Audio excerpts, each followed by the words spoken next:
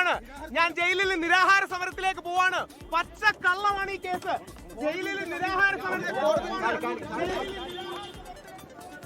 ഈ രണ്ടു കേസുകൾ, അതിൽ ഒന്നാമത്തേത് രാഹുൽ മാങ്കൂട്ടത്തിനെതിരെയുള്ള ബലാത്സംഗ ഭ്രൂണഹത്യ കേസും അതിനെ പിന്തുടർന്ന് അല്ലെങ്കിൽ അതിലെ അതിജീവിതയെ അധിക്ഷേപിച്ചും അതല്ലെങ്കിൽ അവരെ ഭീഷണിപ്പെടുത്തിയെന്നൊക്കെയുള്ള ഇതിന്റെ രണ്ടാമത്തെ കേസും, അതിന്റെ രണ്ടാമത്തെ കേസിൽ അതിന്റെ കുറ്റക്കാരനായിട്ടുള്ള അഞ്ചാമത്തെ പ്രതിക്ക് ജാമ്യം അനുവദിച്ചില്ല എന്നുള്ളത് സ്വാഭാവികമായും ഇനിയും വരും ദിവസങ്ങളിൽ പലതരത്തിലുള്ള സന്ദേശങ്ങൾ തരുന്ന ഒരു കാര്യമാണെന്നുള്ള കാര്യത്തിൽ തർക്കമില്ല. ഏറ്റവും ഒടുവിൽ ഇപ്പോൾ ആ ഉത്തരവിന്റെ പകർപ്പ് നമുക്ക് ലഭ്യമായിട്ടുണ്ട്. കോടതി നിരീക്ഷിച്ച കാര്യങ്ങളുടെ വിവരങ്ങൾ നമുക്ക് ലഭ്യമായിട്ടുണ്ട്.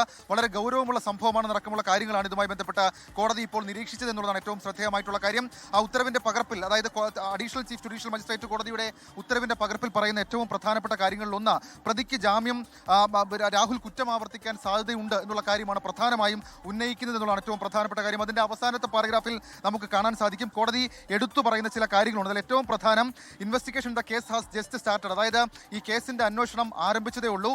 In case the accused is released on bail he is likely to impede the course of investigation, അതായത് അന്വേഷണത്തെ സ്വാധീനിക്കാൻ, ഈ പ്രതിക്ക് ജാമ്യം അനുവദിച്ചാൽ അന്വേഷണത്തെ സ്വാധീനിക്കാനുള്ള സാധ്യതയുണ്ട്. There is every possibility of committing similar offences and tampering with available digital and other evidence involved, അതായത് ഈ കേസിന്റെ അല്ലെങ്കിൽ this is every possibility of committing similar offences എന്ന് പറയുമ്പോൾ സ്വാഭാവികമായും അദ്ദേഹം ഈ സമാനമായ കുറ്റകൃത്യം ആവർത്തിക്കാനുള്ള സാധ്യതയുണ്ട്. മാത്രമല്ല കൂട്ടുപ്രതികൾ ഇതുവരെയും the other accused involved are yet to be arrested, കൂട്ടുപ്രതികൾ ഇനിയും അറസ്റ്റ് ചെയ്യാനുണ്ട്. ഇത്തരം സാഹചര്യങ്ങൾ പരിഗണിച്ചുകൊണ്ട് ഇത്തരം സർക്കംസ്റ്റൻസുകൾ പരിഗണിച്ചുകൊണ്ട് ഈ ബെയിൽ ആപ്ലിക്കേഷൻ തള്ളുന്നു എന്നുള്ളതാണ് Thiruvananthapuram additional chief judicial magistrate കോടതി അല്പസമയം മുൻപ് പുറത്തിറക്കിയിരിക്കുന്ന ഉത്തരവിൽ പറയുന്ന കാര്യം. ഇനി ഈ കോടതിയിൽ നിന്ന് പുറത്തേക്കിറങ്ങി ജയിലിലേക്ക് പോകുമ്പോൾ രാഹുൽ ഈശ്വർ പറഞ്ഞ കാര്യം, ജയിലിൽ താൻ നിരാഹാര സമരം ആരംഭിക്കാൻ പോവുകയാണ്, പച്ചക്കള്ളമാണ് പറഞ്ഞതെന്നൊക്കെയാണ്. പക്ഷേ ഈ സൈബർ അതിക്രമ കേസുകളിൽ, സൈബർ അധിക്ഷേപ കേസുകളിൽ ഒരു പക്ഷേ ഒരു ACJM കോടതി എടുക്കുന്ന വളരെ പ്രധാനപ്പെട്ട ഒരു സ്റ്റെപ്പായി കൂടി നമുക്കിതിനെ കണക്കാക്കാൻ സാധിക്കും. മാത്രമല്ല സൈബർ പോലീസിന്റെ റിമാൻഡ് റിപ്പോർട്ടിലും അതേപോലെ തന്നെ